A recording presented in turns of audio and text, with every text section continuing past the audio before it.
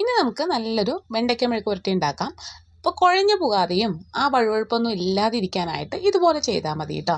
അപ്പോൾ ഒരു പാനിലേക്ക് നമ്മൾ എണ്ണ ഒഴിച്ച് കൊടുത്തിട്ട് കുറച്ച് സവാള അരിഞ്ഞതും 2-3 പച്ചമുളക് അരിഞ്ഞും കൂടി ചേർത്തിട്ട് ഒന്ന് വഴറ്റിയെടുക്കാം. ഇനി അതിലേക്ക് നമ്മൾ കട്ട് ചെയ്ത് വെച്ചിരിക്കുന്ന വെണ്ടയ്ക്ക് ഇട്ട് കൊടുക്കാം. കുറച്ച് കറിവേപ്പില കൂടി ഇട്ട് കൊടുക്കുന്നുണ്ട്. ജസ്റ്റ് ഒന്ന് മിക്സ് ചെയ്തെടുക്കാം. അതിനുശേഷം നമ്മളിതിലേക്ക് ആവശ്യത്തിന് ഉപ്പിട്ട് കൊടുക്കുന്നുണ്ട്. ഇനി നമ്മളിതിലേക്ക് ആ ഒരു വഴുവഴുപ്പ് മാറാനായിട്ട് അരമുറി നാരങ്ങയുടെ നീരൊഴിച്ച് കൊടുക്കുക. അപ്പോൾ നാരങ്ങ നീര് ഇല്ലെങ്കിൽ അതിന് പകരമായിട്ട് നമുക്ക് വിനാഗിരി ചേർത്ത് കൊടുത്താലും മതി കേട്ടോ. എന്നിട്ട് ജസ്റ്റ് നന്നായിട്ടൊന്ന് മിക്സ് ചെയ്യാം.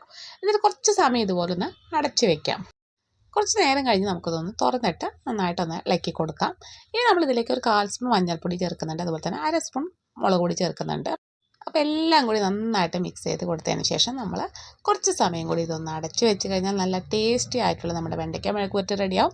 കുഴഞ്ഞു പോകാതെയും വഴുവഴുപ്പില്ലാതെയും നല്ല അടിപൊളി ടേസ്റ്റോടെ കിട്ടും. ട്രൈ ചെയ്ത് നോക്കിയിട്ട് ഫീഡ്ബാക്ക് അറിയിക്കണേ.